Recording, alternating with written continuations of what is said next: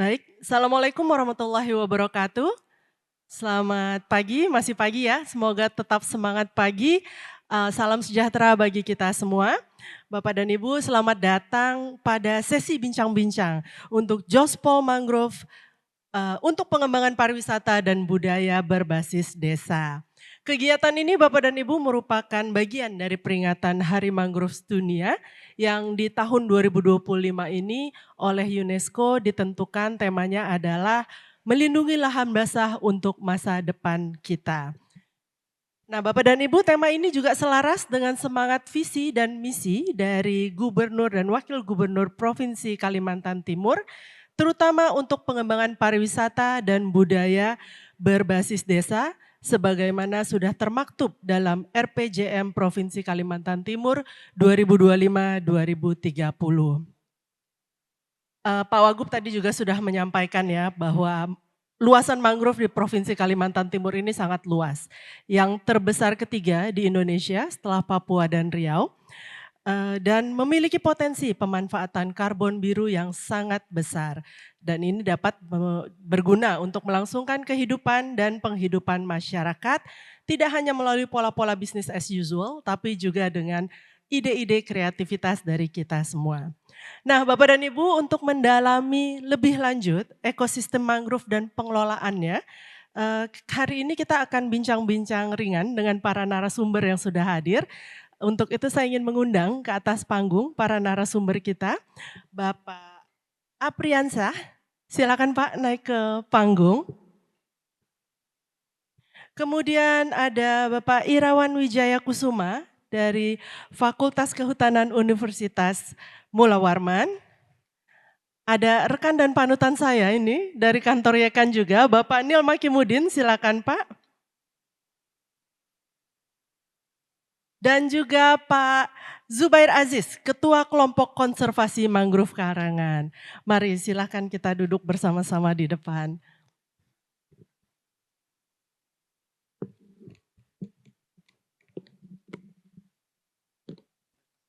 Oh ya, silakan.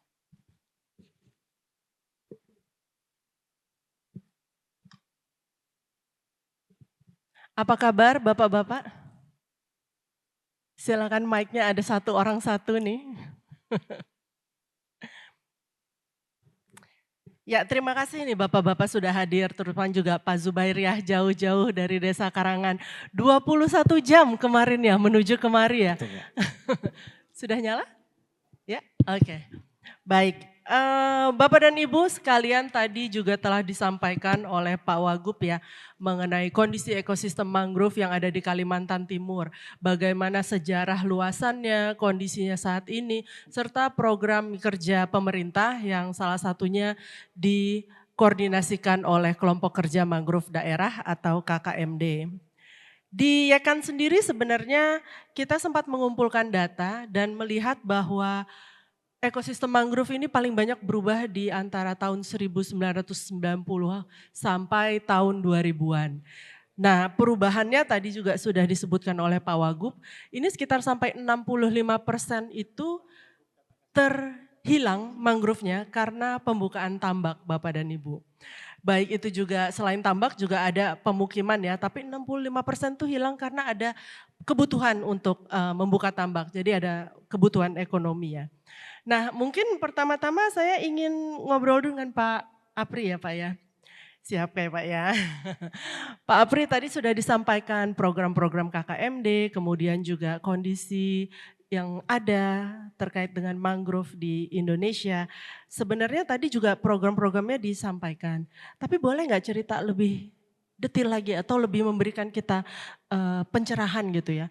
Upaya-upaya apa saja dan program-program prioritas apa saja yang dilakukan oleh pemerintah dan terutama juga oleh KKMD ya. Kan dia mendata juga kegiatan oleh mitra gitu ya. Seperti apa itu yang sudah dirangkum dan diprioritas untuk berapa tahun ke depan barangkali?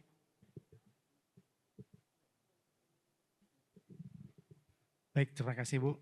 Bismillahirrahmanirrahim. Assalamualaikum warahmatullahi wabarakatuh. Selamat pagi dan selamat sejahtera untuk kita semua. Yang kami hormati Bapak Ibu tamu undangan, terutama dari Bapak Ibu DPRD Kabupaten Kota Provinsi Kalimantan Timur, Bunda kami, Bu Meliana, selamat datang, dan juga rekan-rekan yang berbahagia. Mungkin tadi sudah disampaikan Pak Gub, kami mungkin melanjutkan apa sih yang sudah dikerjakan oleh teman-teman KKMD. Karena untuk diketahui KKMD tadi disampaikan itu anggotanya banyak sekali. Kenapa? Itu sebenarnya SK KKMD itu SK revisi. Jadi SK KKMD pertama itu pada tahun 2022 itu sudah ada SK KKMD. Kenapa kami revisi? Untuk melibatkan lebih pada pentahelixnya. Pentahelix itu apa sih? Jadi keterlibatan semua pihak. Salah 5 itu adalah pertama pemerintah, kemudian masyarakat, ketiga akademisi, keempat dunia usaha, dan kelima media. Nah, makanya kita juga berterima kasih pada hari ini kepada Tribun Kaltim karena salah satu peran media adalah dalam rangka menyelesaikan kegiatan KKMD. Dan di depan ini sebenarnya juga anggota KKMD, akademisinya KKMD, Yakan juga KKMD, masyarakatnya juga KKMD. Jadi itu.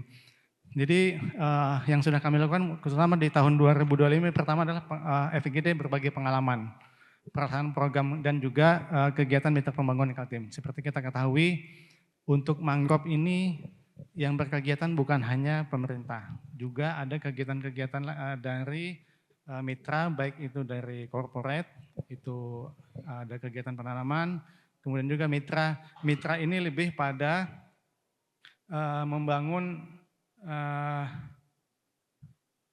pertama merehabilitasinya, yang kedua pada penyedartahuan dan edukasi.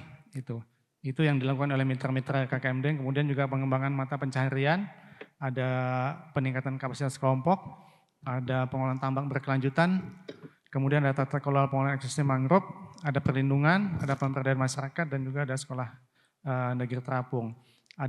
Juga ada penelitian inovatif. Itu kemudian selain FGD tadi juga ada FGD rencana aksi dan juga sosialisasi SK kemarin, itu sudah juga kita lakukan. Kemudian ada praktik baik, sudah kami laksanakan juga praktik baik perikanan budidaya ramah lingkungan. Jadi kita seperti kita ketahui kan selalu yang jadi kambing hitam adalah tambak. Nah, bagaimana kita nanti ke depan tambak ini mungkin kita tidak perlu harus luas, tapi dapat menghasilkan hasil yang berlipat. Itu sedang dibangun juga oleh salah satu mitra kita dari Naslim. Itu.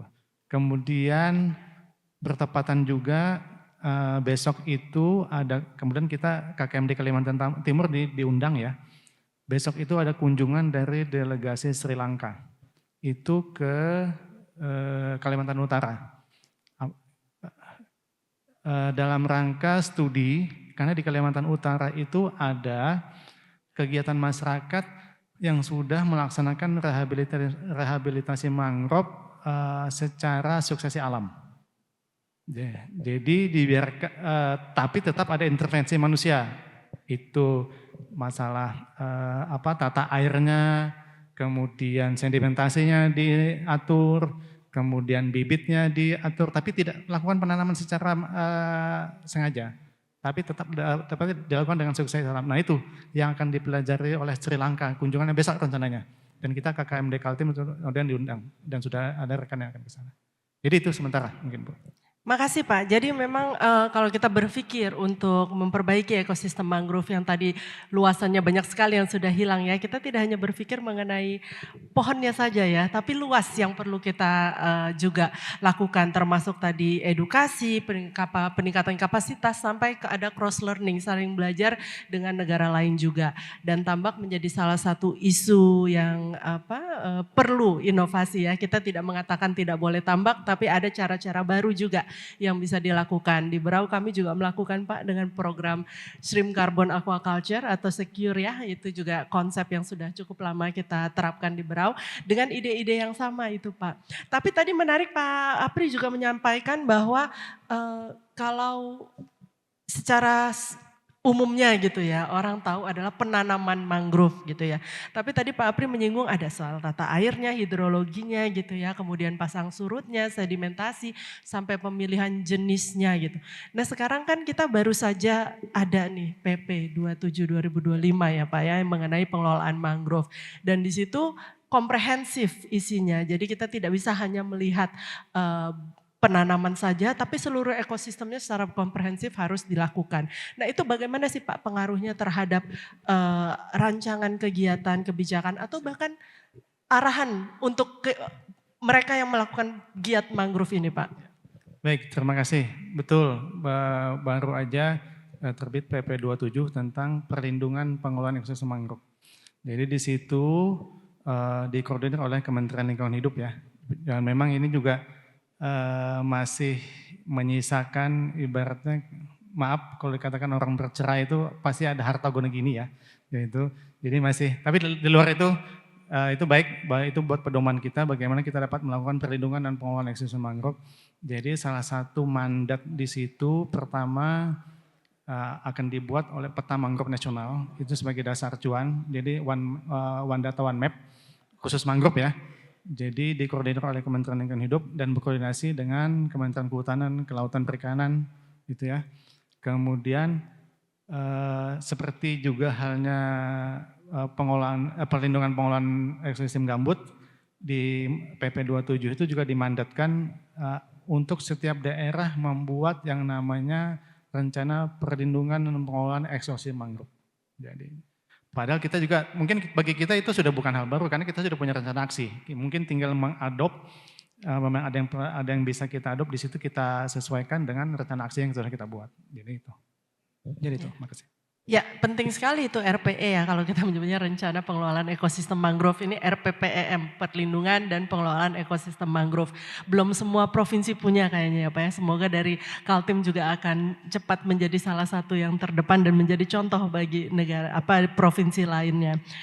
Kita lagi ngomongin mangrove udah berbicara langsung nih sampai pengelolaan dan rehabilitasinya. Tapi mungkin Pak Irawan bisa dulu share ke kita di sini, mungkin tidak semua orang seakrab Bapak lah ya dengan ekosistem mangrove. Mungkin boleh share, mangrove itu sebenarnya fungsinya apa saja? Baik secara ekologi, ekonomi, sosial. Silakan Pak Irawan. Baik, terima kasih Mbak Rizky. Izinkan menyapa dulu Bapak Ibu. Ya bangga dan senang sekali bisa hadir bersama-sama Bapak Ibu. Terutama rekan-rekan juga dari legislatif. Ini ada Pak Ketua dan Wakil Ketua PRD, Ibu Meliana, KPH juga hadir, dan tentu Bapak Ibu ada guru kami juga Pak Fajar Pambudi. Terima kasih sudah datang. Dan tentu rekan-rekan muda. Saya secara khusus menyapa rekan-rekan muda karena nampaknya termasuk 2045 nanti kita akan bergeser rekan-rekan muda yang pegang gitu ya. Sehingga mangrove ini juga menjadi salah satu yang kita titipkan kepada rekan-rekan muda. Baik, dari perspektif barangkali yang mudah-mudahan bisa sederhana kami sampaikan. Tentu kita coba klaster saja, ada fungsi ekologis terutama, ada fungsi ekonomi dan sosial. Tetapi biasanya ekonomi ini meningkat ke peringkat 1 biasanya fungsinya, karena memang yang paling mudah dipahami gitu ya Gus ya. Ya, kami dulu di Kabupaten Pasir mungkin bareng dengan Pak Wakil Ketua dari Kabupaten Pasir, DPRD Kabupaten Pasir, Pak Zulkifli, itu salah satu yang dari kecil kami kenal tuh masyarakat menggunakan wedak dingin dari salah satu daun soneratia. Ini salah satu yang sampai sekarang berkembang juga itu. Itu salah satu fungsi ekonominya. Tetapi tentu kita tidak bisa meninggalkan bahwa salah satu fungsi terbesarnya adalah ekologis. Bagaimana misalnya menjadi barrier atau misalnya pelindung manakala ada intensitas dari laut, dari ombak dari laut. Kemudian juga tentu habitat. Kalau sekarang saya tidak tahu seberapa mudah kita menjumpai jenis-jenis satwa gitu ya. Kalau dulu kan ada tim pakul dan lain-lain gitu ya. Tapi berbagai jenis udang, kalau penelitian di salah satu dosen kami itu keragaman moluskanya, keragaman jenis udang-udangannya, belum jenis burung juga gitu ya. Dan ini tidak hanya kehilangan luasan, tapi akan menghilangkan seluruh gitu ya. Karena memang jenis-jenis yang tadi kami sebutkan itu bergantung pada habitatnya. Jadi kita bicara berkurangnya 247.000 pada tahun 94, berkurang menjadi 170 itu akan membawa seluruh yang ada di dalamnya gitu ya. Kehilangan ya barangkali termasuk primata penting yang di sana. Kayak kena gusur gitu ya Pak ya? Betul, jadi kita membayangkan bahwa terbukanya mangrove itu tidak sekedar kehilangan pohon-pohon mangrove-nya, tapi akan membawa seluruh yang ada di situ. Sehingga ini yang menjadi sangat penting. Nah tentu juga kita tidak meninggalkan dari fungsi sosial budayanya juga. Tentu saat ini dengan pengurangan tutupan yang luar biasa, kita masih bisa menjumpai kearifan juga, tentu kearifan lokal teman-teman yang bekerja di kawasan mangrove. Tentu secara umum bahwa pembukaan untuk produksi ikan, kemudian budidaya aquaculture itu dalam stigmanya itu adalah membuka kawasan besar. Tetapi kami meyakini masih ada fungsi-fungsi kearifan lokal yang masih bisa dipertahankan di sana.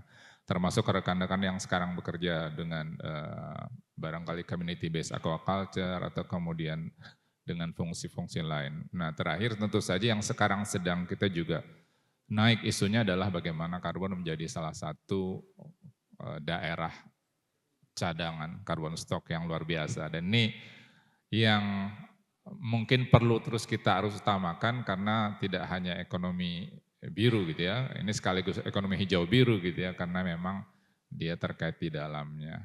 Barangkali itu untuk pengantar awalnya Mbak Rizky. Makasih Pak, jadi kalau rumah-rumah tempat biota dan lainnya itu tadi hilang ya mereka jadi nggak punya rumah. Kalau kita bisa perbanyak mungkin nanti juga mereka akan lebih banyak gitu ya. Termasuk saya pernah lihat bekantan di Teluk Semantin. Tapi kalau bekantannya makin banyak juga semoga tidak untuk dihadiahkan atau dijual ke negara lain ya Pak ya. Tapi memang di luar dari fungsi ekologi, fungsi ekonomi dan sosial budayanya tadi, kita sebenarnya nih kalau kita berbicara memperbaiki dan meningkatkan kualitas ekosistem biru kita gitu ya, termasuk tadi cadangan karbonnya dan lainnya, itu tentunya tidak mudah juga gitu ya Pak ya. Jadi banyak yang kita juga harapkan nih sebenarnya dari akademisi, bagian dari Pentahelix itu ya, untuk bisa meningkatkan kualitas baik itu keilmuan dan pengetahuan serta teknologinya. Karena teknologinya juga tidak terlalu murah gitu. Saya punya alat pengukur lidar dan sebagainya itu lumayan gitu. Tapi sebenarnya kalau dari pandangan Pak Irawan sendiri gitu, apa aja aspek-aspek keilmuannya, teknologi dan hal-hal lain yang masih perlu diperkuat untuk kita bisa mengelola dan memperbaiki ekosistem karbon biru kita ini dengan lebih baik. Iya baik, saya coba tarik agak ke atas, tadi menarik pada saat pemaparan Pak Wagub bahwa salah satu kendala terbesar kita dalam pengolahan mangrove itu adalah tumpang tindih. Tumpang tindih terutama tumpang tindih program gitu ya. Tumpang tindih program sehingga ada satu terminologi yang mudah diucapkan tapi pasti tantangan besar untuk dilakukan adalah satu perencanaan, satu program gitu ya, satu perencanaan untuk satu program. Tentu ke bawahnya tentu sangat banyak. Nah terkait dengan bagaimana upaya meningkatkan kualitas terutama program untuk pengolahan mangrove. Yang pertama kami meyakini bahwa salah satu tantangan terbesar adalah mengajak partisipasi masyarakat untuk terlibat dalam program-program pengolahan lestari gitu ya. Tentu tidak bicara hanya di hulunya untuk kemudian perlindungannya, tapi hilirnya pun akan perlu sangat diperlukan. Dalam hal untuk fasilitas, tentu kita melihat kalau di Kalimantan Timur, dalam hal ini Fakultas Kehutanan, saya sekaligus izin perkenalkan ya Mbak Rizky. Sekarang namanya Fakultas Kehutanan dan Lingkungan Tropis Bapak Ibu. Jadi per April kemarin gitu ya. Per April kemarin kami mengembangkan dari Fakultas Kehutanan, sekarang Fakultas Kehutanan Lingkungan Tropis, dan alhamdulillah ini jadi masuk lebih besar, isu-isunya bisa tercover di fakultas. Tentu Fakultas Kehutanan Lingkungan Tropis, kemudian Fakultas Perikanan Ilmu Kelautan, Fakultas Teknik, dan fakultas lain juga. Ini merupakan salah satu kekuatan dalam upaya mendukung secara akademis. Tentu Unmul sendiri punya jejaring yang luar biasa. Kami meyakini bahwa fasilitas-fasilitas yang kami miliki itu sangat bisa didampingi oleh mitra-mitra kami. Sebagai contoh misalnya, manakala kita ingin menguji kualitas air, kualitas udara, kualitas produk dari budidaya mangrove gitu ya. Kalau kita tidak dapat di sini, kita punya mitra yang sangat kuat, contohnya BRIN, itu kita punya contoh sangat kuat, karena BRIN ini berlebih dalam hal fasilitas, tapi barangkali perlu penguatan dalam kemitraannya. Sehingga kalau dalam sisi fasilitas kami sendiri tidak terlalu khawatir, sebagai contoh misalnya bagaimana mungkin yang menarik adalah hilirisasi produk-produk yang dihasilkan rekan-rekan di mangrove. Karena kan kita tidak bisa nampaknya juga menegasikan ini, manakala sisi ekonomi, sisi ekologi kemudian tidak seimbang, ekonomi saja apalagi ekologi tanpa didampingi ekonomi juga nampaknya juga partisipasi masyarakat itu akan jadi kendala. Sebagai contoh misalnya, manakala kita bisa memanfaatkan contoh tadi pemanfaatan secara lestari. Kita memanfaatkan sedikit saja daun dari Soneratia itu digunakan masyarakat untuk produk kosmetik. Itu kalau dinaikkan pasarnya, sekarang kan kita dikuasai oleh Skintific ya. Skintific ya. Padahal itu hanya memerlukan sedikit saja dari daun itu untuk menghasilkan bahan aktif yang bisa masuk dalam kosmetik. Itu secara berkesinambungan dan berlanjutan itu bisa diharapkan. Dan bagaimana mendukung teknologi tentu saja ada rekan-rekan Deprin. Dan ini menjadi salah satu pintu masuk menurut hemat saya bagaimana community base itu, community base mangrove management, community base aquaculture, community base yang lain, mudah-mudahan menjadi salah satu daya tawar kita ya, karena memang salah satu yang mungkin jadi tantangan kita di situ. Nah itu menarik sekali tuh Pak Irawan, karena memang menurut kami ya, kami juga sempat ingin melakukan beberapa riset, masih banyak yang kosong nih, masih banyak yang kurang. Terutama mengenai pengelolaan mangrove di daerah tertentu, misalnya di salah satu site kami di daerah bekas tambang gitu ya, dan lainnya gitu. Tapi tadi juga penting sekali bahwa penguatan riset dan keilmuan ini dari hulu ke hilir ya. Karena kalau misalnya kita mengelola tepung nipah gitu ya, itu kan alatnya masih terlalu sederhana sehingga berat. Nah ini berharap dari adik-adik mahasiswa juga mulai nih didorong gitu. Kemudian ada praktek-praktek kerja nyata barangkali yang bisa membantu riset untuk bioprospecting seperti tadi yang disebut Pak Irawan itu sepertinya masih minim juga. Jadi di luar dari mungkin beberapa hal yang lebih umum ya untuk mengukur karbon, untuk mengukur secara reguler ya suhu, temperatur dari tambak dan sebagainya itu mungkin lebih ada. Tapi kita harus berpikir lebih jauh lagi sampai bioprospecting tadi itu ya, itu menarik sekali kalau misalnya bisa dan mereka yang bekerja di ekosistem mangrove tentunya jadi ada potensi juga untuk ekonomi yang lebih lestari juga barangkali ya. Tapi mungkin kita cerita, karena tadi di tambak itu di Pak Apri juga menyampaikan di awal kayaknya tambak nih sering dijadikan biang keroknya gitu ya Pak ya. Dan 65% lebih itu pembukaan mangrove di Kalimantan Timur itu dari tambak. Tadi Pak Irawan juga menyampaikan bahwa tambak itu juga perlu ada praktek budidaya yang lebih baik. Tapi apakah demikian juga yang terjadi di Karangan Pak Zubair? Seperti apa kondisi mangrove di Karangan? Apakah sama atau ada keunikan daripada hal-hal yang secara umum tadi sudah kita bahas? Boleh cerita? Terima kasih Bu. Assalamualaikum warahmatullahi wabarakatuh. Selamat siang, selamat pagi menjelang siang. Hormati narasumber di atas. Menanggapi pertanyaan Mbak, persoalan kondisi mangrove di Kampung Karangan khususnya sebenarnya berawal sebenarnya kearifan masyarakat lokal. Sebenarnya Kampung Karangan punya nilai kearifan lokal yang sebenarnya terjaga. Karena suka ndak suka sebenarnya nelayan di Kampung Karangan itu hanya mengambil mangrove sesuai dengan kebutuhannya dan tidak ada sistem pengambilan secara besar-besaran, tidak sebenarnya. Awalnya seperti itu. Kondisinya baik-baik saja, namun kemudian kearifan lokal itu mulai terusik dengan kehadiran teman-teman nelayan yang lain yang coba untuk masuk lebih banyak. Pendatang. Itulah yang kemudian mulai mengusik kearifan lokal di masyarakat nelayan. Nah, kemudian beberapa tahun di 2021 mereka berdiskusi sama kami yang kemudian mungkin karena kami asik mungkin diajak berdiskusi mereka mengeluarkan keluh-keluhannya pada persoalan itu. Sebenarnya pada persoalan tambak Pak perlu diketahui bahwa di Kampung Karangan itu sejak tahun 80-an, mungkin 70-an itu tambak ada. Namun kemudian karena sumber daya manusianya petani tambak itu kurang, maka kemudian itu selalu terjadi kegagalan terus-menerus. Pada akhirnya di tahun 90-an mereka ramai-ramai meninggalkan tambak mereka. Maka kemudian di tahun 2023 ini tambak yang tadi dikelola itu sudah mulai tumbuh kembali. Makanya sebenarnya di Kampung Karangan itu terkadang saya berpikir jika kemudian area itu dibiarkan saja seperti itu tanpa harus ditanami dan tidak diganggu, dia akan tumbuh dengan sendirinya.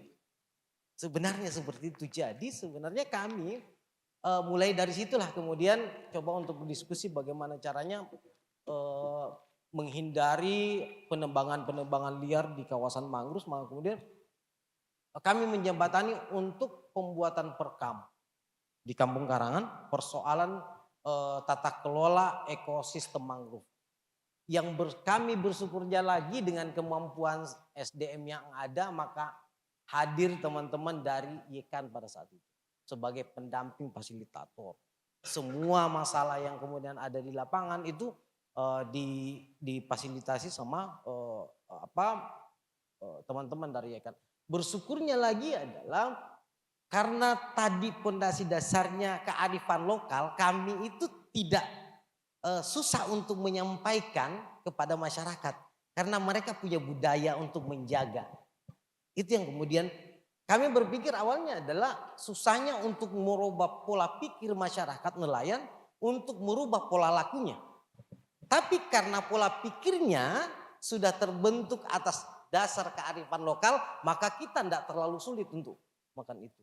Cuman memang ada beberapa hal yang kemudian harus lebih menjaga lingkungan sekitar mangrove dan kemudian yang lain. Dan itu yang kemudian, nah tahun 2024 kemarin teman-teman termasuk dari fasilitator rekan, pemerintah kampung, komunitas nelayan dan kami penggiat konservasi Kampung Karangan itu kemudian bersama-sama membentuk perkam pengelolaan dan beberapa tahun 2024 itu terbentuk perkam pengelolaan. Di situ sudah ada area inti yang luasnya sekitar 2.400 hektar. Itu area inti yang kesepakatan bersama masyarakat semua stakeholder yang ada itu area yang tidak boleh diganggu gugat. Di situ area satwa, bekantan dan kemudian ada plot areanya yang kemudian sudah disiapkan. Tapi tidak menutup kemungkinan kami berpikir masyarakat itu masih membutuhkan itu. Maka kemudian ada area yang kami siapkan untuk masyarakat di area penggunaan lain. Itulah yang kemudian penggunaan lain itu juga diatur. Kemudian jika kalian menebang satu, kita kesepakatan berapa pohon yang kemudian kita tanam. Tapi bersyukurnya adalah kegagalan tambak itu tidak ada lagi pembukaan area tambak. Cuman konsekuensi logisnya nelayan itu untuk mencari penghasilan betul-betul berharap dari hasil laut murni. Bukan di area tambak.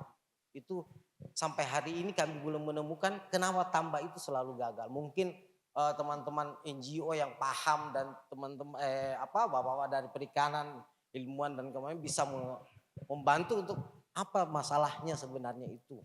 Di satu sisi kita juga berharap mudah-mudahan tidak ada pembukaan tambak yang lain.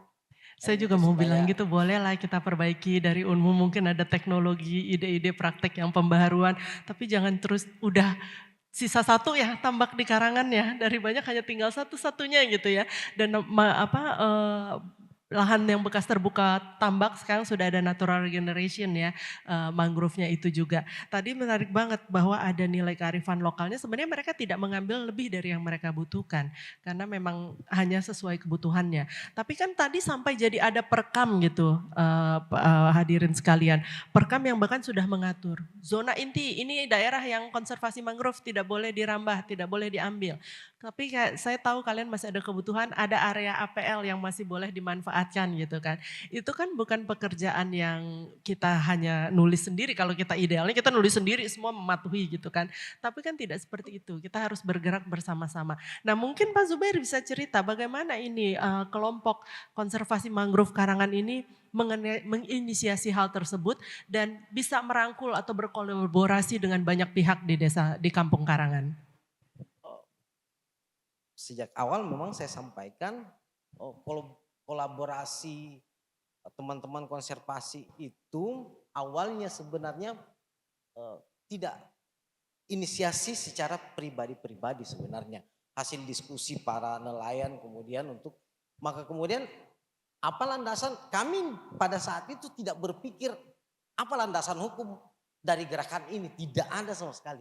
Kemudian saya mengumpulkan dari pemerintah kampung, BPK, LPM, kelompok nelayan, kemudian berdiskusi. Ayo kita buat gerakan ini untuk menghindari ekspansi teman-teman nelayan dari luar untuk mengambil di area kita.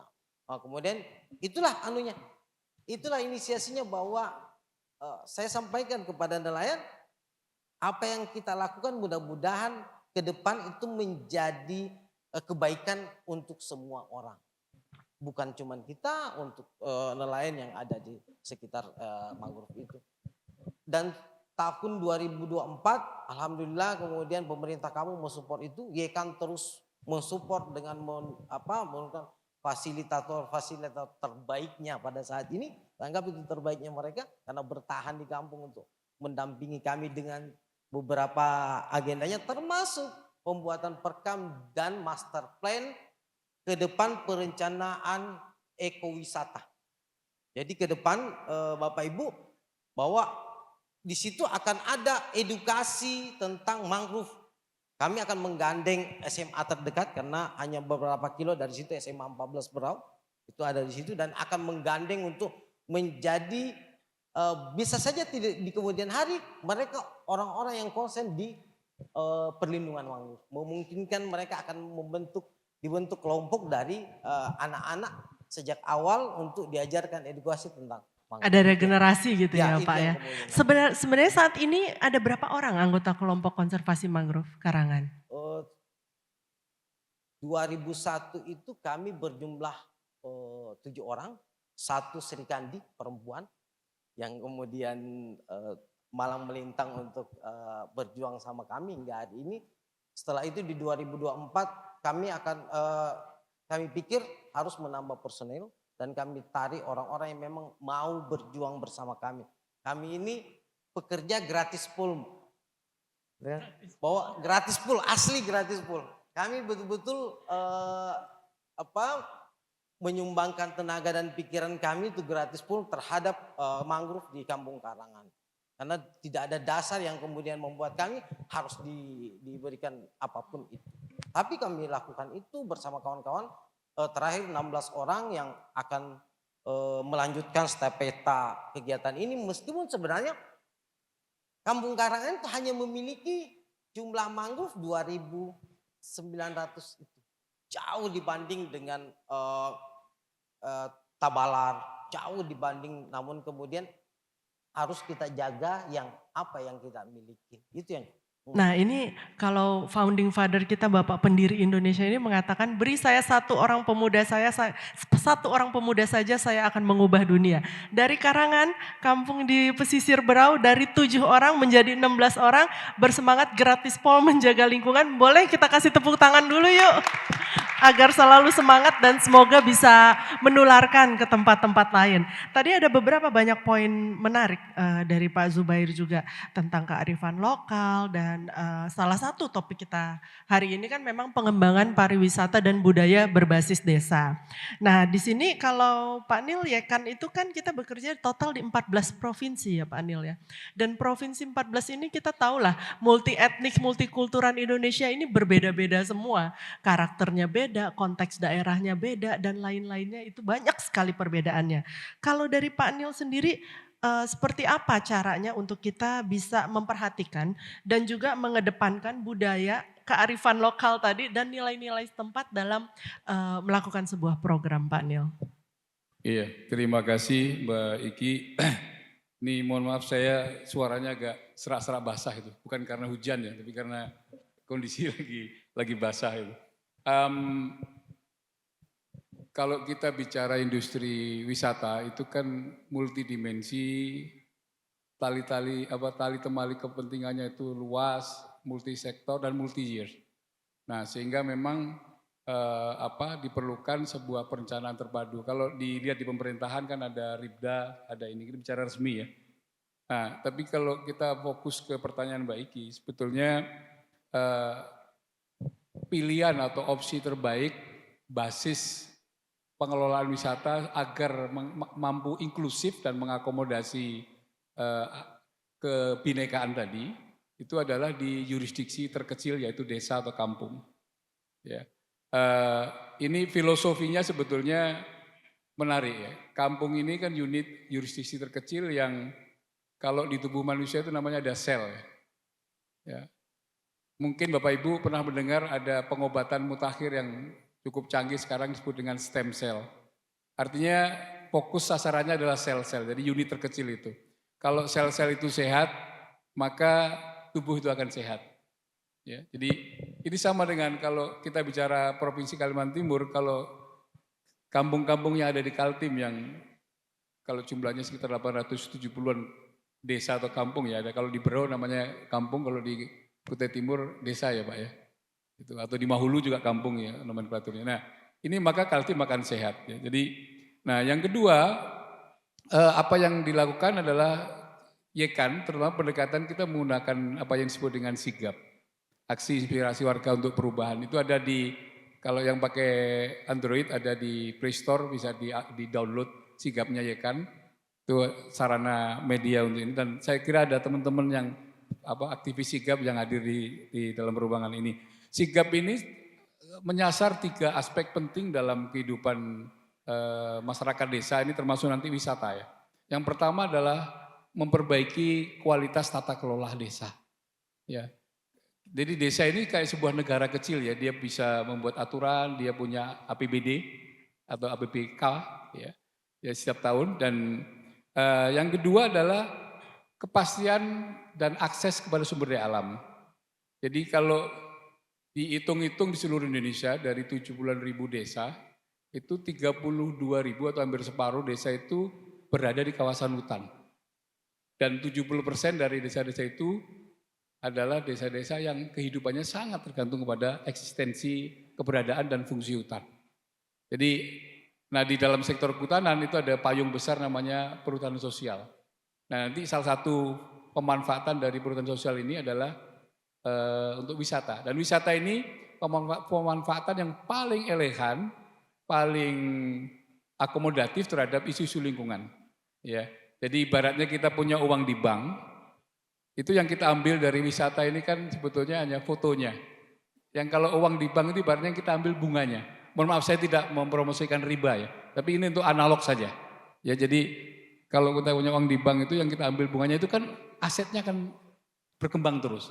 Ini sama wisata itu juga gitu, yang diambil hanya fotonya, kenangannya ya, memorinya, situasinya dan sebagainya. Jadi ini menopang banget dengan tujuan pembangunan berkelanjutan ya. Nah yang ketiga itu bagaimana, tadi pertama adalah memperbaiki tata kelola, yang kedua adalah memastikan akses atau tenurial. Tadi Pak Wagub menyampaikan beberapa kali bahwa tantangan kelestarian mangrove itu adalah kepastian hak kepemilikan lahannya. Karena kalau kita nggak yakin itu lahan kita, pasti kita tidak ada insentif untuk menjaganya. Tapi kalau yakin kita akan menerima manfaat dan itu adalah milik kita, entah itu komunal maupun personal, individual, itu ada insentif atau dorongan untuk kita melestarikannya. Nah, jadi pertama tadi tata kelola, yang kedua adalah akses, kepastian akses ke sumber daya. Jadi 33.000 desa itu menggunakan skema PS dan sedang berjalan dan ini sedang dikebut. Ya. Nah, yang terakhir adalah sustainable livelihood, artinya adalah bagaimana menemukan ya di dalam perencanaan desa tadi. Tadi Pak Yuber juga menyebutkan contoh-contoh baik ya. Ada aset modalitas sosial ya, social capital yang dimiliki masyarakat. Ada keyakinan-keyakinan. Jadi tidak hanya melulu finansial. Jadi lebih ke fungsi fungsi sosial dan fungsi spiritual. Jadi saya dengar, saya nyimak aja kan ini pembelajaran fresh from the oven ya kan, dari gurunya langsung, dari praktisi langsung di kampung. Nah itu ya saya kira perencanaan untuk memastikan itu adalah yurisdiksi terkecil yang memiliki peluang sukses itu adalah di desa.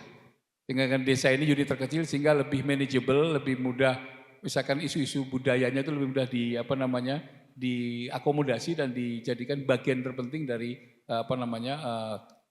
program besar ya. Karena wisata menjadi salah satu. Jadi tidak hanya wisata saja, tapi sebetulnya tadi ketika bicara wisata itu bicara hulu hilir, hulunya menjaga aset berupa kawasannya, hilirnya bagaimana marketing ya dan pengelolaan wisatanya sendiri ya. Ada amenity dan sebagainya. Jadi ini hulu hilir mesti menjadi satu bagian yang tak terpisahkan. Saya kira itu Mbak Iya, Eki. jadi saya mencatat Pak Nil ada pertama-tama haknya juga harus jelas dulu gitu ya ketika kita membuat program. Haknya harus jelas, pengelolaannya harus jelas termasuk otoritasnya. Kita masuk di level desa ini ya, mereka harus mampu gitu, harus bisa juga seperti yang sudah dicontohkan dari Desa Karangan. Kebetulan ada Kepala Kampung Karangan di sini juga boleh berdiri dulu Pak. Biar kita saling mengenal. Nah, tepuk tangan dulu untuk Kepala Kampung Karangan yang sudah banyak juga terobosannya nih. Tapi saya kembali untuk kita ngomongin wisata nih, karena kita lagi bicara wisata. Pak Zuba di Karangan juga tertarik dengan wisata, banyak yang tertarik dengan wisata. Saya tuh pernah loh Pak Nil ngajak salah satu mitra kami gitu ya, mitra Yekan yang dari pesisir di Riau, di Bengkalis ke Bali. Waktu itu ada acara. Saya ajaklah kita makan di restoran di clubhouse yang by the rock gitu ya, ngelihat dan sebagainya. Kemudian ada bule-bulenya gitu kan, lagi pada tidur-tiduran. Terus dia terinspirasi, saya mau bikin seperti ini di Bengkalis katanya gitu. Saya tanya, kamu udah pikir-pikir dulu nggak? Ini bukan masalah fasilitas atau hanya narik banyak wisatawan. Budaya kamu itu sangat kental budaya Melayu. Ada potensi bentrokan nilai apa enggak nih? Nah kalau kita berbicara gitu, kita berbicara kira-kira nih ya, kalau nanti Pak Zubair dan Pak Kepala Kampung itu ingin mengembangkan pariwisata, bagaimana sih? Sebenarnya sayang nih ya, tidak ada anggota DPR di sini ya yang memegang RUU untuk pariwisataan ini gitu. Tapi kalau kita dari masyarakat juga penggiat gitu Pak Nil, ingin memberikan masukan kepada RUU yang rasanya sih belum disahkan ya kalau saya tidak salah gitu. Karena di situ disebutkan bahwa identitas lokal, warisan budaya dan sebagainya gitu ya, nilai-nilai kearifan lokal itu perlu untuk muncul, harus kental. Jadi tidak segala sesuatu berkiblat pada yang turisnya paling banyak gitu kan gitu. Itu kalau Pak Nil punya pemikiran seperti apa Pak? Iya, saya kira ini yang menggugah kita ya. Sebenarnya kita di merayakan 80 tahun kemerdekaan ini kita bangkit lagi bahwa sebetulnya yang dibangun di dalam lagu Indonesia Raya tadi kita berdiri sama-sama itu adalah bangunlah jiwanya. Bangunlah jiwanya. Itu yang ini. Nah, jiwa ini di dalam sini adalah modalitas sosial. Salah satu modalitas sosial adalah yang disampaikan Pak Yuber tadi dan Pak Kepala Kampung Karangan yang hadir bersama kita. Yang kedua adalah modalitas sosial itu adalah kelembagaan di tingkat kampung. Ya misalkan tadi mereka ini bekerja kan tidak ada SK, tidak ada perintah, tidak ada instruksi dari presiden. Ya kan? Ibaratnya kalau bahasa guyonannya itu beliau-beliau ini bekerja itu jadi PLT. Pejabat lillahi ta'ala, artinya akhirnya bekerja karena ada sebuah value, ada sebuah nilai yang diyakini, ya sebuah kepercayaan yang diyakini bahwa I'm doing something right for human being. Saya melakukan sesuatu yang benar, yang bagus untuk kemanusiaan ya. Nah, ini modal-modal seperti ini seharusnya menjadi apa ya istilahnya sesuatu yang harus terakomodasi ya di dalam berbagai produk hukum. Karena ini nggak kelihatan ya. Tapi menjadi penting untuk pertama akan memperkuat identitas dan jati diri. Yang kedua akan menjadi modal juga untuk kita menjadi aset dari budaya itu sendiri. Ya identitas itu. Kalau kita sudah nggak punya identitas, orang kan bingung ini mau lihat apa ini. Contoh ya misalkan kayak Kalimantan Timur ini seharusnya kan daerah-daerah rawa ini rumah-rumahnya ini kan seharusnya rumah yang bertiang. Di zaman Bahari orang-orang tua kita di sini membangun rumah bertiang. Nah sekarang rumah kan diuruk semua. Jadi Samarinda kalau misalkan ciri khas identitasnya rumah-rumah bertiang, di rawa-rawa sekitar Karangmumus kan 70% Samarinda ini Karangmumus. Itu misalkan rumahnya bertiang dan di bawahnya dibuat keramba, terus ada boardwalk, ada ini. Itu akan menjadi identitas yang keren gitu ya. Artinya apa? Kalau kita ke Makassar akan menemui situasi yang berbeda, Surabaya berbeda, Jakarta berbeda, Samarinda rumah di atas air gitu ya. Keren sekali. Nah, ini yang yang saya bilang tadi ini aset yang sekaligus bisa menjadi sesuatu yang ikonik yang akan attracting more people to come gitu ya untuk menjadi ini. Dan yang kedua adalah perlu juga kita memetik atau belajar lesson learn dari tempat lain. Tidak wajib hukumnya untuk mengambil mentah-mentah. Hukumnya paling banter sunnah atau mubah ya gitu ya. Artinya tetap perlu kita ambil. Ada filosofi orang Jepang itu namanya kaizen ya. Itu adalah dia mengambil yang baik, membuang yang buruk, dan menginovasi, menciptakan sesuatu yang baru. Misalkan kita belajar, misalnya Kampung Karangan, belajar ke suatu daerah di Riau misalkan. Apa yang positif dari Riau ini diambil, apa yang kurang pas di Karangan tidak dipakai, tapi dari kondisi ramuan modalitas sosial di Karangan seperti ini dan kekuatan di Riau, apa yang bisa dijadikan inovasi baru. Itu pasti selalu ada, karena anugerah terbesar dari Tuhan itu adalah otak manusia. Jadi inovasi itu menjadi kebutuhan. Ya, kalau saya lihat ya perlombaan desa-desa wisata di berbagai tempat di Jawa, terutamanya mengusung tema geopark, itu mereka tuh selalu setiap 3-4 tahun berganti tema, berganti ikon. Dan ini untuk meminimalkan tingkat kebosanan pengunjung. Dan selalu ada tema-tema baru yang setiap 2 atau 3 tahun, kayak kendaraan lah. Selalu ada model baru, ada feature baru yang itu ditawarkan gitu. Saya kira wisata perlu seperti itu. Jadi artinya ngambil yang baik dari tempat lain, dan menghilangkan atau membuang yang kurang baik atau yang sudah usang, dan menciptakan yang tema-tema baru, fokus-fokus baru, ikon-ikon baru. Saya kira itu. Ya, sebenarnya di Karangan juga sudah mengembangkan ya master plan untuk pariwisatanya gitu. Tadi sedikit dari obrolan ini adalah penting kita belajar dari luar mengenai standarisasi, baik standarisasi fasilitas, pelayanan, tapi kita juga tidak boleh mengikuti mentah-mentah begitu saja apabila tidak sesuai dengan nilai-nilai kita. Karena nilai-nilai itu bukan sekedar hanya nilai, tapi tadi kata yang saya senang dari Pak Nil ada ikonik. Sesuatu itu apabila usaha kita perlu branding dan marketing. Kalau semuanya sama tanpa branding dan marketing, orang pengalamannya tidak merasakan yang berbeda gitu ya di Karangan ya. Jadi mungkin pelan-pelan ya Pak Zubair sedang menginisiasi, untungnya tidak tergesa-gesa ya, sambil terus berefleksi terus bagaimana mengembangkannya. Dan mungkin adik-adik mahasiswa-mahasiswa yang ada di sini juga nanti terfikir gitu, inovasi apa, tema-tema apa tiap tahunnya, sesuai dengan selera pasar apa gitu. Nah itu boleh dong kita saling komunikasi gitu ya, untuk bisa memberikan masukan dan ide-ide juga. Tapi kita spesifik sekarang berbicara mengenai wisata berbasis mangrove. Ini kayaknya udah banyak beberapa ya Pak Apri ya di Kalimantan Timur. Boleh cerita Pak apa-apa saja, seperti apa dan di mana saat ini? Ada nggak unggulannya gitu misalnya? Baik, terima kasih.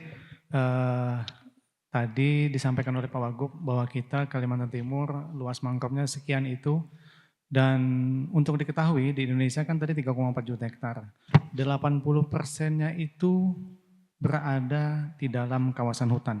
Jadi mangrove kita yang 3,4 juta itu berarti 2,4 juta lebih itu 80%-nya berada di dalam kawasan hutan. Nah seperti disampaikan di pendahuluan oleh Pak Wagub tadi, bagaimana kurun waktu 1994 kemudian sampai 30 tahun kemudian kondisi mangrove kita, karena memang salah satu yang terluas adalah di Delta Mahakam, itu sudah sangat ibaratnya saat ini sedang tidak baik-baik saja.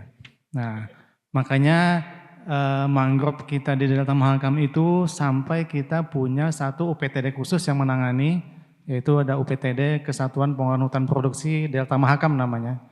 Itu beliau di sebelah Bu Meliana itu ketuanya, kepala UPTD-nya.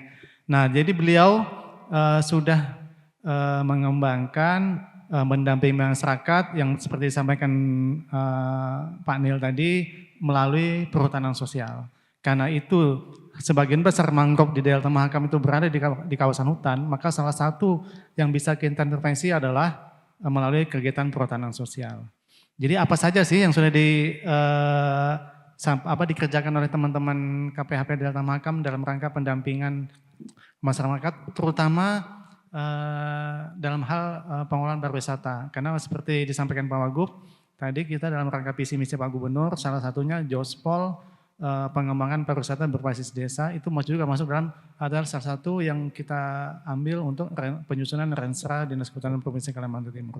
Mungkin kami sampaikan sedikit, nanti selebihnya mungkin Pak Ahyar bisa menambahkan.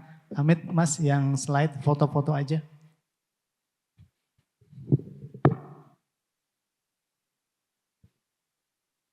Ya ini Jadi teman-teman KPHP Delta Mahakam ya sudah untuk mungkin kami sampaikan dulu di Kalimantan Timur itu ada 19 UPTD KPHP. Jadi sudah ada 30 perizinan perhutanan sosial, 29-nya itu di KPHP Delta Mahakam, 1 di KPHP Brebes Utara. Jadi ini kegiatan teman-teman KPHP Delta Mahakam. Ini kebetulan pada Januari kemarin Pak Wagub itu sudah ada kunjungan, kami ikut mendampingi di namanya aja kelompok perhutanan sosialnya KTH Ramah Lingkungan di Salasumbala di Muara Badak ya Pak Her. Mungkin slide keduanya. Nah ini, jadi teman-teman KPHP Delta Mahakam sudah memberikan bantuan bangunan jembatan susur. Jembatan susur, kemudian ada gazebo itu. Nah ini, jadi ini dapat meningkatkan kegiatan dan juga produktivitas mereka. Di sini, di KTH ini ada kegiatan penanaman mangrove, ada tambak, dan sekaligus juga tempat pemancingan. Itu kalau itu foto yang slide kedua, nah itu di bawah. Ketika itu kita panen ya, Pak PJ melakukan panen, melakukan pemancingan bersama-sama. Kemudian setelah pancing di sebelahnya ada bakaran. Nah itu dia, itu yang ditunggu. Gitu kan. Jadi pada saat itu kemarin kunjungan Pak Wagub di KTH Ramah Lingkungan Salasumbala. Ini yang difasilitasi oleh rekan-rekan KPHP Delta Mahakam. Ini sekaligus tempat bisa digunakan untuk tempat wisata. Ini lokasinya menyeberang, jadi dia pulau tersendiri, bukan di Muara Badaknya. Maksudnya bukan di dataran Muara Badaknya. Itu kemudian lanjut. Ya ini. Nah ini KTH Babagusung ini juga di Salopole Muara Badak. Jadi ini yang sama di sini juga bantuan jembatan susur dan gazebo. Jadi ini sebenarnya kalau untuk pengembangan pariwisata sangat bagus. Hanya memang sekali lagi promosi aksesibilitas kita karena satu promosi pariwisata bukan melulu tugas teman-teman dinas pariwisata, itu juga sama. Pelestarian mangrove bukan juga tugasnya dinas kehutanan, itu adalah tugas kita semua. Jadi itu. Jadi ini juga ada gazebo dan jembatan susur. Itu jembatan itu untuk memudahkan aksesibilitas warga untuk beraktivitas ya dalam rangka pengembangan tambak mereka, pelestarian mangrove-nya. Kemudian lanjut. Nah ini untuk pengembangan penanaman padi di Sinar Abab Mandiri. Ini jadi bukan hanya masalah melulu mangrove, perikanan. Di sini juga kita bantu untuk pengembangan padi. Itu yang karung-karung itulah ada hasil panen teman-teman, hasil pendampingan teman-teman KPHP Delta Mahakam. Jadi ini. Kemudian lanjut. Nah ini, ya. Nah ini program pemberdayaan masyarakat dan perhutanan sosial sama, jembatan susur dan gazebo pengunjung wisata. Nah ini, jadi kami dinas kehutanan sudah berbuat ya dalam rangka mendukung ini. Tadi sekali lagi itu juga bukan semata-mata kerja kami. Jadi kerja kita bersama. Bahkan ini tahun 2014 kemarin ada kunjungan Dubes Kanada ya di Sepatin ini. Kemudian lanjut, sama ini juga jembatan susur ini baru juga nih tanggal 13 Agustus kemarin kita selesai teman-teman KPHP Delta Mahakam membangunnya. Itu sama juga jembatan susur dan gazebo wisata. Jadi ini mungkin kalau yang hobi mancing, spot menarik ini ya, ini itu. Jadi ini sudah kita teman-teman sudah memfasilitasi teman-teman KPHP Delta Mahakam. Kemudian juga ada ini, lanjut, gabungan silvopasri, pengembangan tambak dan juga perikanan. Itu yang di bedeng-bedeng itu nanti akan ditanami tanaman mangrove dan dengan berbagai jenis. Kemudian digabung dengan budaya perikanan. Jadi itu. Ini juga sama pemberian bantuan perahu wisata. Nah ini kan juga dari untuk memudahkan aksesibilitas baik masyarakat mungkin maupun rekan-rekan yang ingin berwisata ke lokasi ini. Jadi itu mungkin yang kami sampaikan aja juga nih ada padi pengembangannya itu. Jadi itu yang sudah dikerjakan oleh teman-teman KPHP Ternakwan dalam rangka mendukung pariwisata berbasis desa di wilayah kerjanya. Saya rasa demikian. Super sekali Pak Apri, terima kasih. Nah ini hal-hal yang seperti ini nih cukup membesarkan hati gitu ya Pak Zubair. Semoga sama Pak Kepala Kampung Karangan juga semakin semangat gitu ya melihat bahwa tidak perlu sendiri, kita nggak ada orang yang bisa kerja sendirian gitu ya. Mungkin bisa kenalan sama Pak Apri, Pak saya juga butuh program yang ini gitu. Karena sudah ada master plan-nya mereka Pak. Jadi silakan gitu ya bahwa kita terus berkolaborasi. Semalam kita ngobrol semangat kolaborasi itu yang membuat segala sesuatu beneran bisa terjadi kan ya. Tapi di luar itu semua kita kan dunia ini berubahnya cepat sekali gitu ya. Termasuk juga hal-hal fundamental seperti jumlah penduduk, kebutuhan masyarakat yang dulu kita sederhana kebutuhannya, sekarang kebutuhannya makin macam-macam gitu. Ini jadi kita butuh constantly upgrading, improving and innovating gitu ya ourselves gitu. Saya melihat sebetulnya di situ peran akademisi sangat tinggi gitu ya. Mungkin juga Pak Irawan juga bisa mengajak rekan-rekan mahasiswa, dosen, mahasiswi dan semuanya untuk terus mendukung gitu ya perbaikan program-program, upgrading program, SDM dan lain sebagainya. Pak Irawan apakah ada bahan yang ingin di-share atau? Iya, boleh sedikit. Mungkin biar kita bisa sama-sama belajar gitu ya Pak ya. Silakan. Mungkin ada bahan dari Pak Irawan yang bisa di-share? Ya, silakan ini dia. Baik, yang pertama dari Universitas Pelayaran, termasuk dalam bidang Fakultas Kehutanan dan Lingkungan Tropis. Pertama merespon dari Pak Zubair tadi, insyaallah kami setahun itu 5.000 memberangkatkan KKN. Kehutanan sendiri sekitar 200-an lebih. Saya yakin mahasiswa Unmul, Fakultas Kehutanan dan Lingkungan Tropis juga akan sangat senang bisa menjadi bagian dari kerja gratis full tadi gitu ya. Jadi jangan khawatir bahwa kita melihat bahwa program yang dijalankan secara kontinu meskipun porsinya sedikit itu jauh lebih penting dibanding apa yang besar tetapi tidak kontinu. Saya belajar dari Gus Nil. Saya mohon izin mungkin sambil berdiri biar belakang ini ya.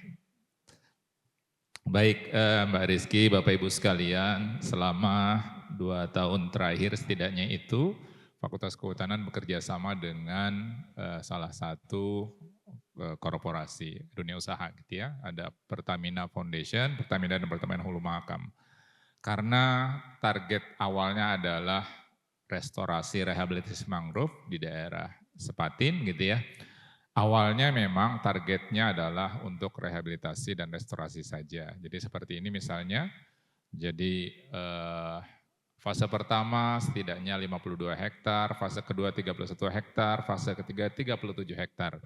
Dengan ratusan ribu bibit ditanam dengan kurang lebih pemetaan seperti ini. Dan pengayaan jenisnya sendiri cukup banyak gitu ya, dari Bruguera, Cerbera dan seterusnya. Mungkin gambaran sedikit Bapak Ibu, awal kondisinya seperti ini, kemudian setelah penanaman pada tahun kedua dan ketiga, mudah-mudahan kami juga ikut berkontribusi. Sekaligus lapor ke Pak Apri ini, karena fakultas kami itu anggota dari KKMD sebetulnya, jadi laporan ke Pak Apri juga.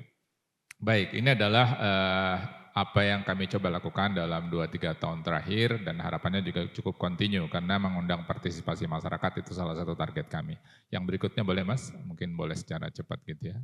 Next-nya, ya kurang lebih kalau akademisi kami mencoba support dengan kekayaan biodiversitasnya gitu ya. Barangkali menggambarkan bagaimana hasil-hasil yang sudah dicapai oleh tim yang dipimpin oleh Prof. Rudianto. Ini tidak hanya bicara dari sisi vegetasi saja, tapi juga keragaman dari berbagai jenis biota. Kemudian juga dipetakan dalam bentuk database yang mudah-mudahan terus diupdate gitu, seterusnya. Kemudian ini mudah-mudahan nanti bisa jadi gambaran. Oke, kemudian sisi lain yang kami juga sentuh adalah bagaimana upaya mengajak partisipasi masyarakat, baik secara langsung dalam penanaman, kemudian ada fasilitas persemaian desa. Masyarakat desa mendapat manfaat dari sisi penyediaan bibit juga. Kemudian memberi beberapa fasilitas, termasuk kemudian sekarang kami sedang bekerja dengan upaya mendapatkan bioenergi dari sana. Juga kemudian ada beberapa fasilitas yang mudah-mudahan bisa mengarah ke sustainable economic yang dilakukan oleh masyarakat. Termasuk silvofishery di sana. Oke, lanjut. Nah, ini barangkali yang menjadi salah satu yang penting kami sampaikan juga bahwa biasanya kalau kita memberikan pemahaman kepada orang-orang yang sudah dewasa, itu sesama dewasa tidak mudah biasanya. Jadi disentuhnya dari anak-anaknya gitu ya. Kita di rumah kalau misalnya masih buang sampah, biasa anak datang dari sekolah, jangan buang sampah dong bol, gitu. Jangan buang sampah dong ya gitu ya. Biasanya, mudah-mudahan itu juga investasi jangka panjang yang sedang dibangun adalah menjadikan daerah ini sebagai daerah kunjungan untuk pembelajaran lingkungannya. Dan mudah-mudahan nanti bisa kita rasakan 5 tahun, 10 tahun karena yang nanti menggantikan posisi orang-orang tuanya adalah ini. Seterusnya kemudian lanjut. Nah kemudian beberapa spot untuk pendidikan lingkungannya tidak hanya termasuk wisatanya juga, tetapi kemudian dibekali dengan informasi singkat terus. Lanjut. Dan ini juga beberapa ya mungkin sekelebatan lewat bisa melihat oh di sini ada bekantan, oh ternyata dia udah termasuk terancam dan lain-lain. Biasanya kalau dosen tuh dia 2 kali 50 menit, ini saya coba cepet aja. Silakan Mas. Kalau Mas Gusnil tuh bisa 100 menit itu. Silakan Mas lanjut. Mungkin beberapa contoh, ya ini kemudian anjungan hutan lestari untuk daerah pengamatan. Ya mungkin contoh-contoh bagaimana upaya pendidikan lingkungan buat ke depannya bisa jalan. Tentu investasinya tidak dalam waktu dekat dipetiknya, tetapi mudah-mudahan itu juga jadi bagian manakala nanti Pak Zubair muda berikutnya itu bisa muncul gitu ya. Barangkali itu yang sedikit bisa kami sampaikan sebagai contoh dari Fakultas Kehutanan. Mantap. Jadi pariwisata tapi ada eduwisatanya. Hanya kita perlu bertanggung jawab atas informasi yang kita sampaikan kan. Dan disitulah mungkin peran-peran para researcher gitu ya untuk melihat apa kegiatan kita yang sudah perbaikan alamnya, perbaikan ekologi, fauna dan lainnya itu kan apa data yang tertampilkan perlu dipertanggungjawabkan gitu ya. Nah disitulah bisa kolaborasi Pak Zubair. Coba dekat-dekat lagi dengan Pak Irawan. Oke, Bapak dan Ibu sebelum kita menuju ke akhir acara mungkin saya beralih dulu ke audiens ya, para panelis izin. Karena mungkin saya yakin juga di sini banyak pemikir, pemerhati maupun penggiat gitu ya untuk yang juga bergerak di ekosistem mangrove gitu atau untuk ekosistem mangrove. Barangkali ada yang ingin bertanya atau menanggapi kepada para panelis kita? Ada 1 di belakang, 2, 3, boleh dibantu 4. Oke, kita 3 yang pertama dulu ya, yang di belakang 2 orang. Masnya baju biru sama mbaknya, kemudian tadi ada di sebelah kiri untuk yang ketiganya. Kita tanya jawab dulu ya. Silakan. Ya, sebelumnya perkenalkan nama saya Eka Laura Sitorus dari dari Fakultas Perikanan dan Ilmu Kelautan Universitas Mula Warman. Nah, izin bertanya Bapak dan Ibu, apa target pemerintah provinsi dalam 5 hingga 10 tahun mendatang terkait program rehabilitas mangrove, mengingat maraknya penebangan hutan mangrove untuk pembukaan tambak, pembangunan perumahan maupun kegiatan konservasi yang sering kali tidak terkelola dengan baik. Bagaimana pemerintah memastikan bahwa upaya pembangunan tetap sejalan dengan pelestarian hutan mangrove? Sebagai contoh, di Balikpapan banyak kawasan mangrove yang berkurang akibat alih fungsi lahan menjadi tambak udang maupun pembangunan perumahan. Bagaimana respon pemerintah kota bersama masyarakat dalam membangun kembali kawasan hutan mangrove tersebut? Selain itu, mengingat mangrove memiliki potensi besar sebagai penyerap blue carbon yang dapat masuk dalam mekanisme carbon trading atau carbon pricing, bagaimana pemerintah daerah menyiapkan langkah agar rehabilitas mangrove bukan hanya berdampak pada ekologi, tetapi juga memberikan nilai ekonomi melalui pasar karbon sehingga masyarakat lokal turut merasakan manfaat langsung dari menjaga kelestarian mangrove. Mungkin hanya itu. Terima kasih, saya kembalikan ke moderator. Oke, kita tampung dulu 1 lagi. Di belakang tadi ada 1 lagi. Ya. Bismillahirrahmanirrahim. Assalamualaikum warahmatullahi wabarakatuh. Selamat siang Bapak-Bapak. Izin mengenalkan saya Ari Nugroho dari BUMD Provinsi Kaltim, Migas Madi Pratama. Pertama-tama saya ucapkan terima kasih atas undangannya dari Tribun Kaltim dalam agenda talkshow terkait mangrove kemudian untuk pengembangan pariwisata dan budaya berbasis desa. Kami dari BUMD Kaltim tentunya mendukung kegiatan dari pemerintah Provinsi Kaltim itu Jospol maupun Gratispol. Khususnya untuk kegiatan CSR kami, dari awal kami tadi surprise dan memang ini adalah hal baru bagi kami. Dan positifnya adalah di kegiatan CSR kami yaitu di MMP Lestari itu adalah satu slot yang belum kami isi untuk itu. Dan ternyata di sebelah saya tadi Bapak dari PHM tadi sudah banyak bercerita, ternyata sudah bekerja sama dengan pihak Unmul. Nah pertanyaan adalah apakah baik itu dari Bapak Dinas Kehutanan maupun dari Fakultas Kehutanan Unmul mungkin ke depannya apakah kami dimungkinkan dari BUMD MMP ini untuk bisa mendukung kegiatan baik itu mangrove maupun pelestarian di bidang kehutanan. Mungkin itu saja, terima kasih. Wassalamualaikum warahmatullahi wabarakatuh. Waalaikumsalam warahmatullahi wabarakatuh. Ada satu lagi yang di sebelah kiri di samping, silakan.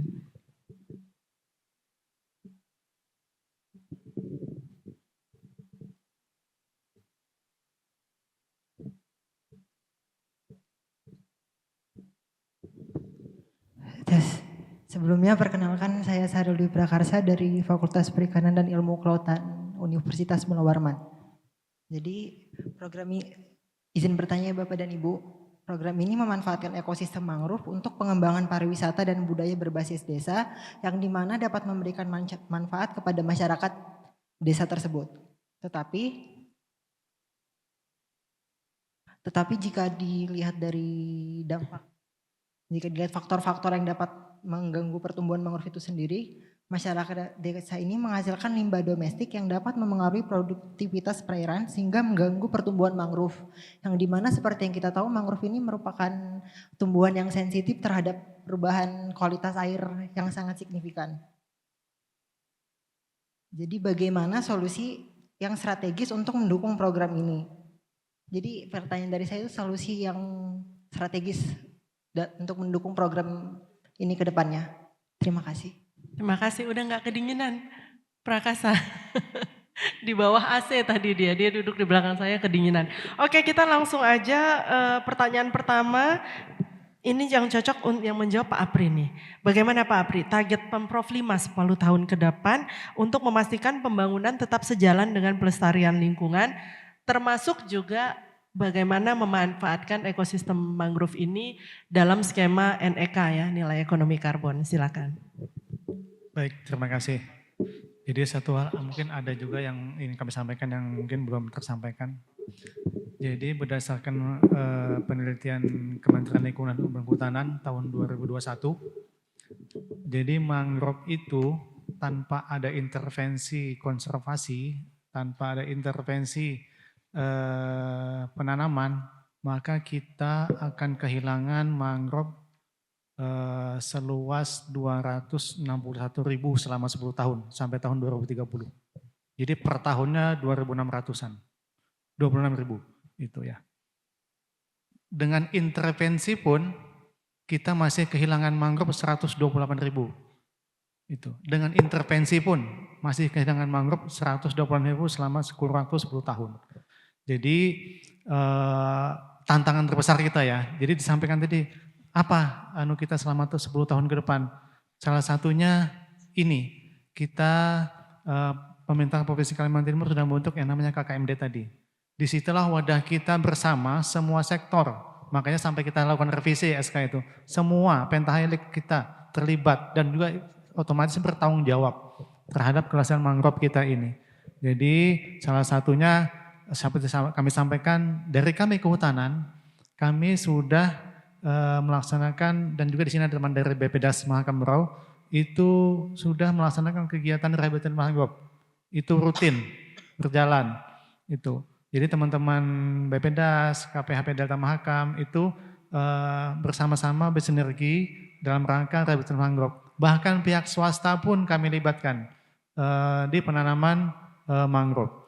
Bahkan sekarang ada mitra, teman-teman mitra juga berkegiatan, ada MRCR, ada FN6, itu termasuk yang berkegiatan dalam pelaksanaan rehabilitasi mangrove. Karena kalau kita sendiri itu dibebankan ke pemerintah tidak akan sanggup.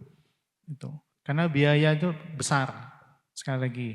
Jadi makanya kita dalam rangka strateginya adalah kita melibatkan semua pihak dan itu sudah kita lakukan, sudah kita jalankan itu. Tapi masih perlu kita tekankan karena tadi dengan intervensi pun kita masih kehilangan mangrove kita dan bukan angka kecil 180.000 selama 10 tahun itu. Nah, bagaimana? Itu kan masih prediksi. Bagaimana kita mengurangi yang 128.000 itu aja.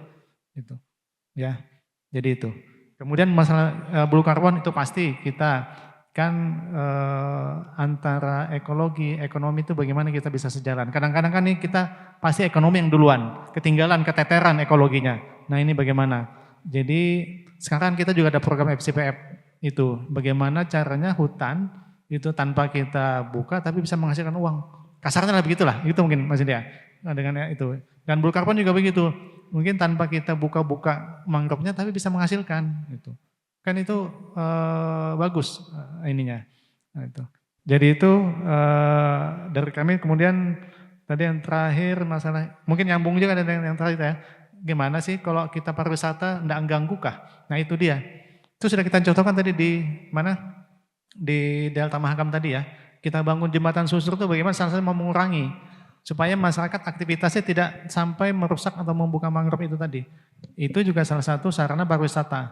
Itu tadi. Jadi pasti itu kita pikirkan, tidak mungkin kita mengembangkan pariwisata tapi kita korbankan ekologinya, itu tidak mungkin. Itu Mas. Iya. Makasih.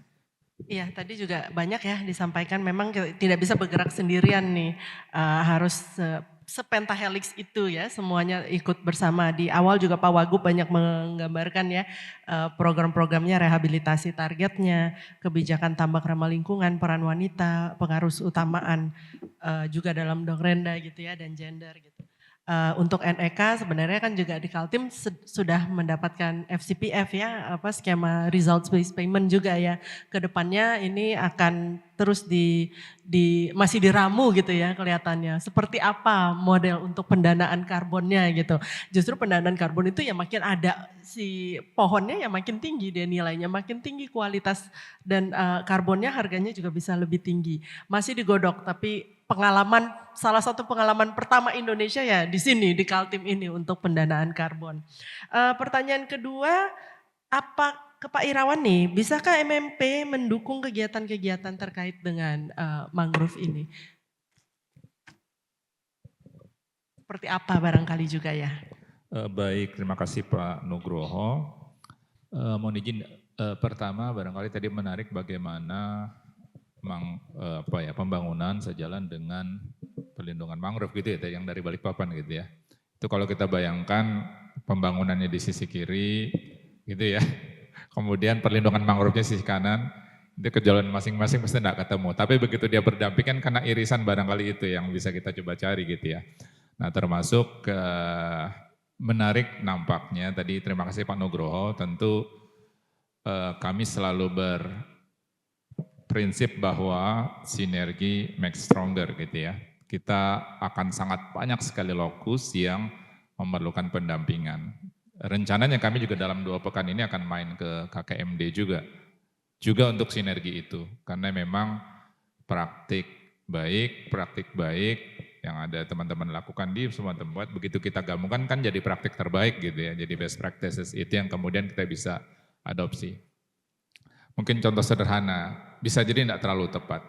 Kalau saja satu pohon mangrove itu menghasilkan buah senilai musangking yang 2 juta satu buahnya, masih kepikir tidak menebang pohon mangrove gitu ya. Menurut saya pasti tidak gitu ya. Nah, tapi kemudian bagaimana mengupayakan agar sejenis musangking ini punya nilai juga begitu di mangrove. Karena kan buah termahal sekarang musangking, barangkali yang 1 biji 2 juta itu. Nah kalau logikanya bahwa ada pohon mangrove yang punya manfaat seperti itu, nampaknya orang tidak akan menebang pohon mangrove. Bukan berarti bahwa tambak juga dilarang karena kita butuh protein kan di sana ya. Tetapi bagaimana kemudian praktek baik itu bisa di-share.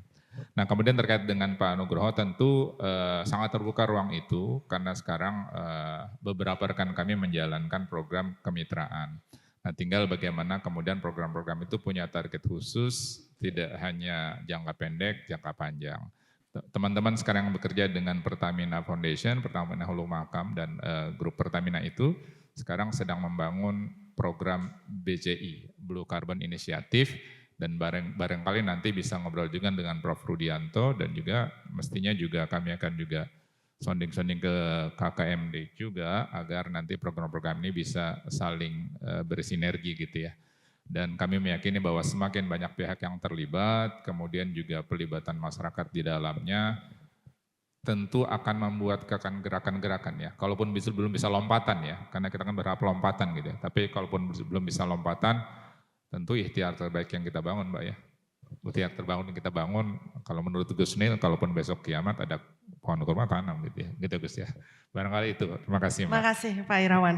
Mungkin terakhir boleh Mas Zubair juga urun pikir pertanyaan mengenai pariwisata berbasis mangrove. Tadi ada concern gitu ya dari masyarakat bahwa kadang-kadang tuh kita tidak melihat limbah baik plastik itu kan mengganggu ekosistem mangrove. Kemudian penurunan kualitas air mungkin memang belum berjalan di karangan. Tapi sudah seperti apa sih idenya untuk melihat keberlanjutan tersebut? Terima kasih. Ke depan sudah diatur dalam Perkam nomor 3 tahun 2024 itu ada area yang kemudian kami siapkan untuk ekowisata. Kami siapkan layak huni masyarakat nelayan dengan semua aturannya. Kami siapkan juga tempat air yang bersih untuk kehidupan mereka. Jadi ada satu area yang kemudian di area penggunaan lain itu disiapkan pemukiman. Jadi kemudian masyarakat nelayan yang di pinggir itu akan direlokasi di tempat seperti itu dengan aturannya. Bapak tidak boleh buang sampah sembarang karena ke depan ini akan ada master plan wisata. Jadi kemudian itu akan diatur dengan bentuknya tapi konsekuensinya adalah kehidupannya harus diperbaiki.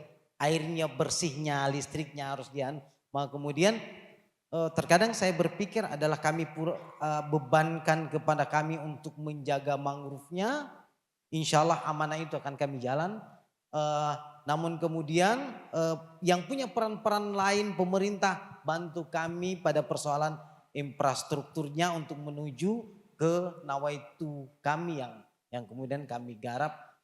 Kami juga sudah meletakkan batu pondasi terbaiknya yang kemudian pola pikir masyarakat untuk coba kami rubah. Itu yang penting kemudian. Yang paling penting agar ke depannya begitu meletakkan master plan dalam bentuknya masyarakat sudah tidak ada konflik harus begini. Karena pola pikir kita sama. Saya bilang dari awal adalah pola laku itu tercermin dari pola pikir masyarakat.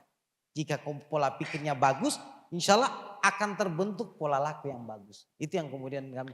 Saya sangat setuju Pak Zubair. Tadi mungkin DPD Prakasa dan Prakasa tadi ya namanya. Dan teman-teman semua juga bisa berpikir bahwa kalau kita berbicara mengenai mengurangi limbah yang masuk atau kualitas degradasi kualitas lingkungan di ekosistem mangrove itu tidak semata hanya prohibitions atau peraturan. Dilarang.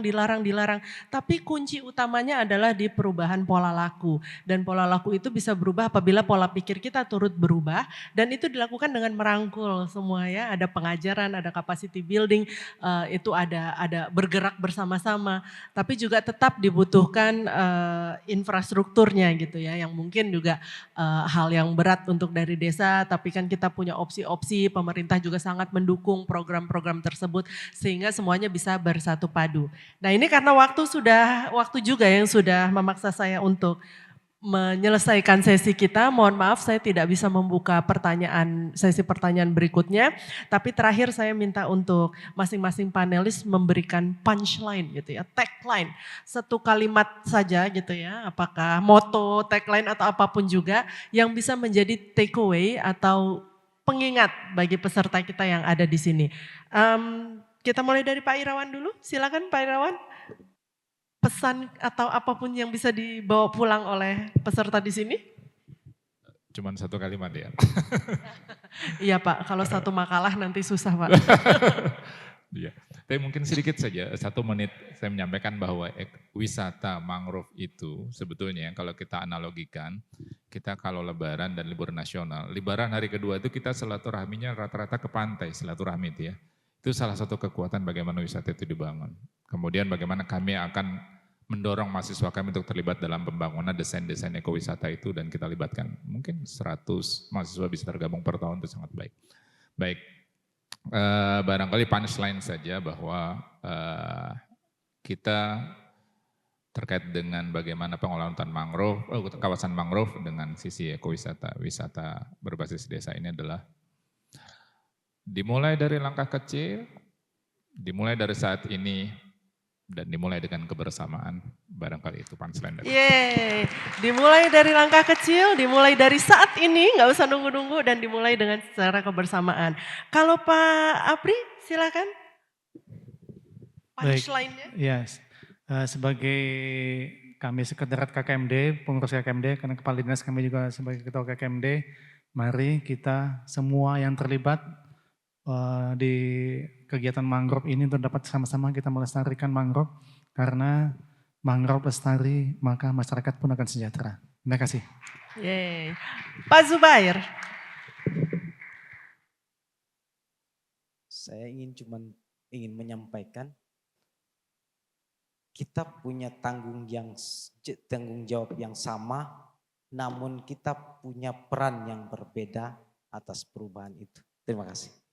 Ya, super sekali. Tanggung jawab kita sama, tapi kita bisa berperan yang berbeda-beda. Untuk pamungkasnya gimana Pak Nil? Apakah pantun? Silakan Pak Nil.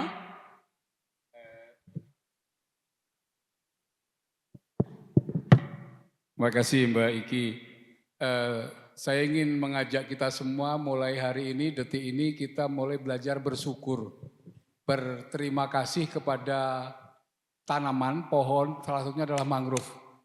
Karena salah satu makhluk yang diciptakan Allah yang menghasilkan oksigen itu hanya tanaman. Ya, kalau nanti malam Jumat Yasinan dibaca di surah Yasin ayat 80 itu cerita hakikatnya tentang fotosintesis. Kita nanti bisa kupas tafsirnya, tapi intinya adalah manusia harus berterima kasih kepada tanaman dan untuk itu kita harus peduli kepada tanaman itu. Yang kedua, sebagai penutup, ini kerja lingkungan, ini kerja multi pihak, kerja kolaborasi, kerja berjamaah. Tanpa kerja berjamaah kita akan sulit untuk sukses. Pantun penutupnya, makan durian bersama aura kasih. Cakep. Cukup sekian dan terima kasih. Cakep, terima kasih banyak. Baik Bapak dan Ibu, sebenarnya seluruhnya ini sebenarnya kita sudah sepemikiran ya. Pertama-tama kita harus bersyukur karena alam, pohon itu memberikan kita oksigen. Kalau dia memberikan kita wifi mungkin nggak kita potong ya. Tapi karena dia hanya memberikan oksigen yang kita bisa mati tanpanya. Nah itu kita perlu bersyukur kepada yang Maha Esa. Dan kalau mereka sehat maka masyarakat sejahtera ya Pak Apri ya. Dan kita punya tanggung jawab yang sama tapi perannya berbeda-beda. Dan karena itu kita harus mulailah dari langkah kecil tidak apa. Tapi kita harus mulai sekarang dan kita harus mulai bersama-sama. Berikan apresiasi kepada para panelis kita. Terima kasih banyak saya ucapkan kepada Pak Zubair, Pak Nil, Pak Irawan, dan Pak Apri atas kesediaannya berbagi pola pikir gitu ya bersama kita di sini. Saya juga ucapkan terima kasih kepada para hadirin yang telah bersama kami. Semoga sesi talk show ini bisa membakar gitu ya semangat kita, menyalakan api-api kita untuk terus melestarikan alam kita. Karena tanpa alam kita juga tidak bisa tinggal di tempat lain gitu ya. Hanya ada there is no planet B, begitu kata Sekjen UN waktu itu ya. This is the only place that we live and we need to take care of it. And karena itu saja dari saya. Terima kasih sekali lagi. Saya Mariski Nirwan undur diri dan acara saya kembalikan kepada MC. Assalamualaikum warahmatullahi wabarakatuh. Baik, terima kasih kepada Ibu Moderator dan juga Bapak narasumber. Amelia mohon izin untuk Ibu Moderator dan narasumber untuk stay di tempat, kita akan melakukan sesi foto bersama terlebih dahulu. Iya, boleh berdiri di tengah mungkin Bapak Ibu, iya.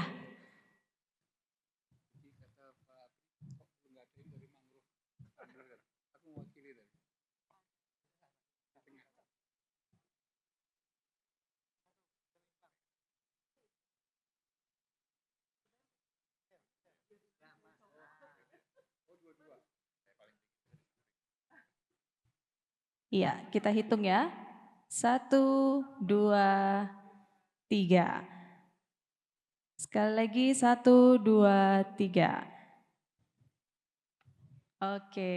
Oke, terima kasih Bu Moderator, terima kasih kepada narasumber kita pada hari ini yang luar biasa. Sudah memberikan talk show dalam menggelar Hari Mangrove Sedunia. Seperti yang sudah dipaparkan ya tamu hadirin yang terhormat, Kalimantan Timur memiliki banyak sekali kekayaan alam yang harusnya dan pastinya harus kita jaga. Dan juga pastinya harus mengembangkan pariwisata di Kalimantan Timur ini karena tempat kita begitu indah dengan budaya dan juga pastinya dengan alam yang berlimpah. Dengan adanya Bapak yang luar biasa ini yang ikut turun untuk melestarikan mangrove pastinya dan juga alam Kalimantan Timur, pastinya kita akan selalu sejahtera. Baiklah para tamu undangan yang kami hormati, demikianlah seluruh rangkaian acara kita pada hari ini. Terima kasih kepada seluruh narasumber yang sudah berpartisipasi dalam acara talk show Hari Mangrove Sedunia. Dan terima kasih juga kepada para hadirin talk show sebagai penutup ini. Dan juga marilah kita untuk bertepuk tangan terlebih dahulu pada acara kita pada hari ini. Dan kita bersama-sama akan melakukan tepuk tangan. Dan saya Amelia pamit undur diri. Wassalamualaikum warahmatullahi wabarakatuh. Download Tribun X sekarang.